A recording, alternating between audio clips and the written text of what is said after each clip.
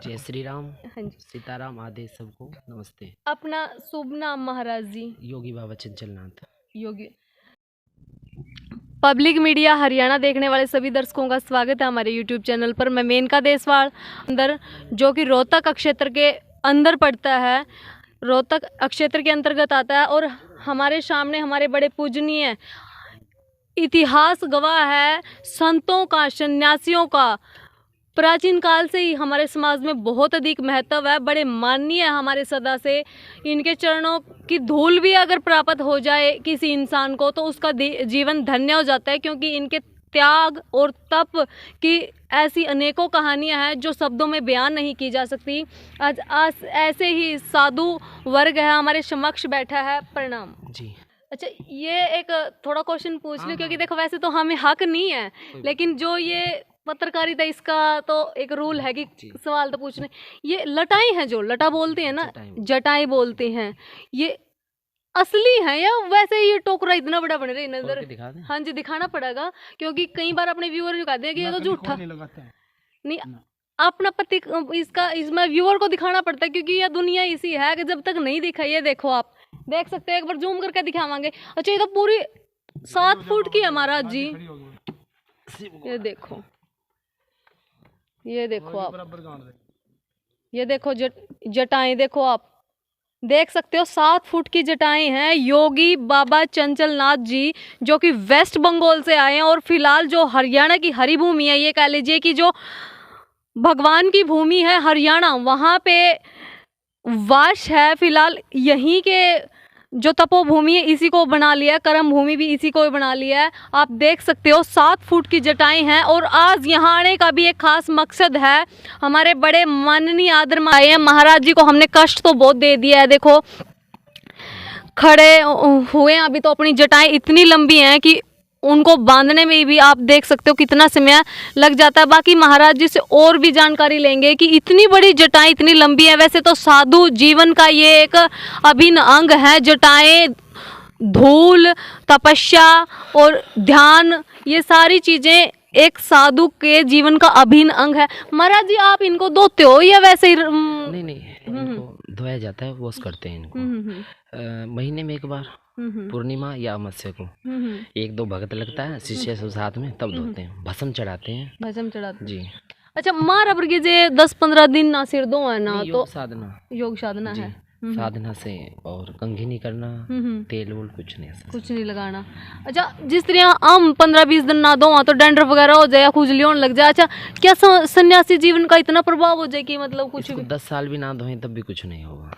जो इतना प्रभाव है, भजन से सब कुछ है। अच्छा, आप सोचते को नहीं इस चीज न लेकर, या होता ही नहीं सन्यासी जीवन में? नहीं, हम सोचते नहीं है। तो आप देखो इतने हैंडसम हो, मैं तो कहूँगी। अच्छा, ये सन्यासी जीवन में आने का क्या कारण है? कहाँ से ध्यान में आई ये बात? बस कर्म योग लगा लो, भाग्य लगा लो, है ना। एक रागनी है हमारे यहाँ दादा लक्ष्मी चंद जी की, सब सौदे तकदीर के, मैं फकीर आली तकदीर में। तो आपके मन में ये विचार कब आया कि मुझे तो जो सन्यास का जीवन है या के लिए साधु का जीवन हो उसको ही धारण करना है? दरअसल हमारे जो गुरुजी थे, तो वो हमारे कुल गुरु थे। तो उन्होंने हमारे पिताजी से, माताजी से मांगा था एक बच्चा में। जी, हम धूने पे चढ़ा दिए थे। कितनी 6-7 साल की आयु थी हमारी लगभग, मतलब छोटी आयु थी। हाँ।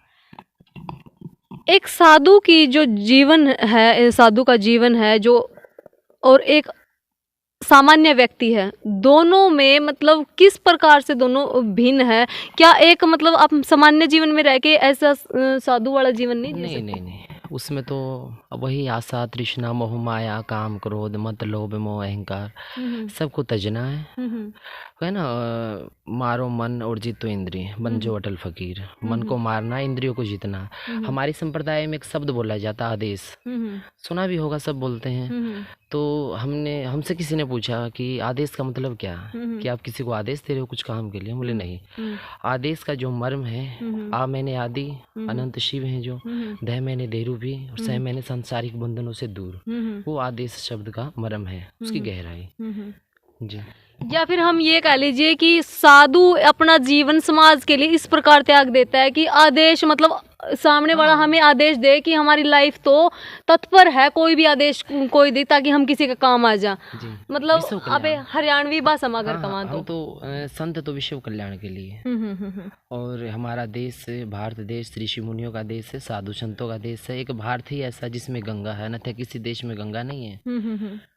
संत समाज है, साधु समाज है, विश्व कल्याण के लिए भजन करता है। अगर संत ना रहे तो दुनिया खत्म हो जाएगी। अच्छा महाराज जी देखो आप सनातन का वजूद ही नहीं रहेगा। हाँ जी, सनातन धर्म की संतों से टिका है। और एक बात और ही आएगी, मैं अब ये चल ही रहा वाक्य तो पूछ लेती हूँ। अच्छा अब हाल फिलहाल में एक बहुत मामला वायरल हो रहा है, ये बागेश्वर धाम से है जो। हाँ। अच्छा वो कह रहे हैं धीरेन्द्र कृष्ण शास्त्री मिल के भी आए थे उनसे।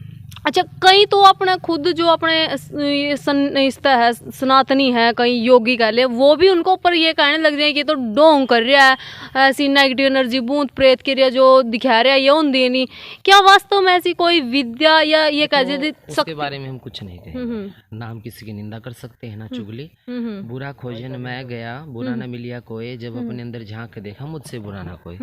बस सब ठीक है, हमें दूसरे से क्या मतलब, संत को क्या मतलब, कौन क्या करे ना करे, अपना भजन करो ठीक है वहाँ। अच्छा बाकी जो सनातन को आगे ले जाने की बात कर रहे हैं उस पे क्या कहोगे? हिंदू राष्ट्र के लिए बोल रहा है, हम उसके साथ हैं इस चीज में। और जो हिंदू राष्ट्रता के लिए बोलेगा उसको तो भाई 10 विरोधी है ना, फिर उसको तो बोलेंगे ही, पाखंडी भी बताएंगे। अभी हम कुछ बोलने लग जाए सनातन ये बनाविए करो तो 10 विरोधी हमारे खड़े हो जाएंगे। अच्छा आपने जब से ये सन्यासी जीवन ग्रहण किया तब से आपकी लाइफ में क्या क्या चेंजेस आए हैं? बस आनंद है, आनंद है जी, परमानंद है, परमानंद है, उससे भी ऊपर सच्चिदानंद है। आज यहाँ आने का कारण गुरुदेव? ये हमारे एक प्रिय भक्त हैं और बड़े ही प्रिय भक्त है हमारे, और धर्म के प्रति भी बड़ा रुचि रहती है इनकी। गौओं की सेवा करते हैं, सनातनीय काम में भी आगे रहते हैं, समाज के कार्यों में भी आगे रहते हैं, बढ़ चढ़ के रुचि लेते हैं हर कार्य में। बहुत विचारशील और बहुत ही अच्छे बच्चे। जो हमारे महाराज जी उनसे पूरा परिचय करवाएंगे और पूरे आज तो कसर नहीं छोड़ेंगे, मतलब सारे सवाल पूछने। आप बंगाल में थे, वहां से हरियाणा आने का क्या आपका मन में आई? योग लेके जाता, जहाँ दाने पे नाम लिख दिया वहाँ जाना पड़ेगा जी। अच्छा दोनों जगह की लाइफ में क्या ये बंगाल के बारे में एक चीज काफी फेमस है, वहाँ काला जादू है जी, रियल है सब। क्या ये सच है? सत्य है। क्या ऐसा जादू वास्तव में हुआ है या फिर ये बहम? नहीं, सत्य सब, असत्य कुछ भी नहीं है। यानी कि बीज गोना मेट नहीं होता, अगर वो सब खत्म हो जाएगी सृष्टि खत्म हो जाएगी। कामाख्या जो है 51 शक्तिपीठों में से एक प्रमुख स्थान है और सरकार भी जिसको मानती है, तंत्र विद्या का सबसे बड़ा केंद्र है। माँ की योनि गिरी हुई है वहाँ पे, गुप्त अंग जो है माता सती का विष्णु जी के द्वारा सुदर्शन चक्र चलाया गया था, वो 51 खंड हो गए थे सती के। जहाँ पर अंग गिरा वहाँ पर सती का स्थान बन गया। तो वहाँ पर भी 8 जून को माता के कपाट बंद हो जाते हैं। जो पत्थर की योनि है उससे रक्त निकलता है, माता रजवशला होती है, आदि शक्ति जो है उसकी रजवशला होने के कारण ब्रह्मपुत्र नदी है वो लाल हो जाती है। 3 दिन के बाद वो कपाट खोले जाते हैं, वहाँ से एक वस्त्र उठाया जाता है सफेद कलर का, जो ये बांधा हुआ ना हमने, तो ये ब्लड से लाल हो जाता है। अच्छा, और कई ये कहते हैं, देखो हम पूछना चाहते लेकिन पत्रकारिता इस लाइन में पूछना, अगर ये तो डोंग ऐसा कोई साइंटिफिक ऐसा लो पावागा कि वहाँ से ऐसा कोई केमिकल निकलता होगा? अगर ऐसा कुछ है तो उसको छोड़ो, जगन्नाथपुरी चले जाओ ना, जाके देख लो मंदिर की जो ध्वजा है, जिधर से हवा है अगर पूर्व से, तो पूर्व में ही ध्वजा लहराती है, तो वो विपरीत क्यों नहीं लहराती? 7 हंडी चढ़ाई जाती है भोजन की, पूरे भारत की सबसे बड़ी रसोई है जगन्नाथपुरी में। तो सबसे पहले ऊपर वाली हंडी का भोजन पकता है, सबसे बाद में नीचे वाले का। जाके देख लो, कोई भी प्रत्यक्ष को प्रमाण की जरूरत नहीं। तो कहीं ना कहीं मतलब हमारे देश में ये कह लीजिए कि जहाज नहीं जा सकता, मंदिर पे कोई पक्षी नहीं बैठ सकता, और सबसे बड़ी बात यह है मंदिर की परछाई नहीं आती। पूरे सृष्टि ऑल वर्ल्ड के अंदर ऐसी कोई भी चीज नहीं है, पत्ते से लेके कीड़ी कंद से लेके हाथी तक, जिसकी परछाई ना हो, उस मंदिर की कभी कोई परछाई नहीं आती जी। यानी कि हमारे देश में ऐसी पावर है जहाँ साक्षात भगवान के जो अंग, सनातनीय से ही सब धर्म है, 4 वेद, 6 शास्त्र, 18 पुराण, 108 उपनिषद है ना, 18 इन्हीं में से निकला कुरान। सबसे बड़ा सनातन, अगर सनातन नहीं तो किसी धर्म का कोई वजूद नहीं है जी। वैसे ये कहते हैं कि ये सनातन है, चाहे इस्लाम है या कुछ भी, ये तो इंसान के बनाए हुए हैं, और हम ये दावा करते हैं कि सनातन सबसे पुराना धर्म है। मतलब उलझ गए फिर आपस में। देखो सन्यासी है, आपकी तो लाइफ बहुत अलग है, क्योंकि आपको तो समाज से, इन चीज़ों से कोई ज़्यादा सा फर्क पड़ता नहीं, मोह माया से। लेकिन आपस में जो ये लोग हैं धर्म के ठेकेदार, हम जिसने कह सका, वो आपस में लड़ रहे हैं, उसको बारे में क्या कहना चाहोगे? क्या इंसानियत सबसे बड़ा धर्म नहीं है? महाराज हमारे समक्ष एक और महाराज जी हैं। आपने इतना टाइम दिया है और बहुत ही, ये कह लीजिए कि शांत स्वभाव से और विस्तार पूर्वक अपनी लाइफ के बारे में बताया है, सन्यासी लाइफ के बारे में बताया। बाकी हरियाणा में आया, मतलब क्या बढ़िया लगा, ये और बता दो। यहाँ के लोगों की जो भावना है संतों के प्रति बहुत ज़्यादा है। संतों की इज्जत करते हैं, कदर करते हैं, और संतों के प्रति स्नेह और प्रेम रखते हैं। आप देख लीजिए, देश मेरा हरियाणा, दूध दही का खाना बेस्ट, मतलब हरियाणा गुड।